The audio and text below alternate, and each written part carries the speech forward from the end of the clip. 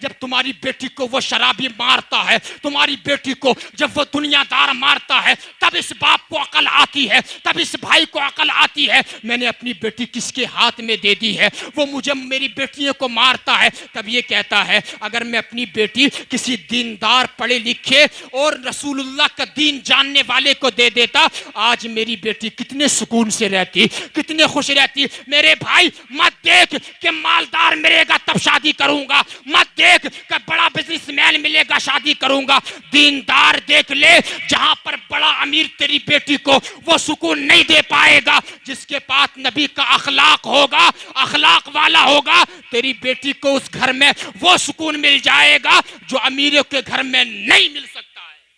بے شک سبحان اللہ۔ آج لوگ دینے تیار نہیں ہیں بیٹیاں، بات سمجھ رہے ہیں؟ اللہ اکبر۔ کسی دیندار انسان کو جس کے پاس مالی حالت ذرا کمزور ہے تو مت دیکھو میرے بھائی، دیندار دیکھ کے شادی کر دو، انشاءاللہ تمہاری بیٹی خوش رہے گی۔ جاؤ، میں گارنٹیڈ بول کر کے جا رہا ہوں۔ اللہ پیسے والا دیکھتے ہیں، پھر چند مہینے کے بعد وہی پیسہ وہی اب تمہاری بیٹی کو ٹائم نہیں دیتا ہے اور تمہیں اپنی نگاہوں میں نہیں لاتا ہے۔ اتنی باتیں میں نے کہی ہیں، میری باتیں خواہ تمہارے دل کے اندر اتر جائیں۔ میں دعا کرتا ہوں اللہ تبارک و تعالی میری اس گفتگو کو آپ کے دلوں میں اتر جائے، اللہ تعالی ہم سب کو ان پہ عمل کرنے کی توفیق عطا فرمائے۔ میرے بھائی روز بولنا ہوتا ہے اور ہمیں چونکہ بہت کافی دور جانا پڑتا، آپ نے اتنا سن لیا محبت سے، یہی ہمارے لیے کافی ہے۔ بس سننے سے زیادہ اللہ عمل کی توفیق عطا فرمائے۔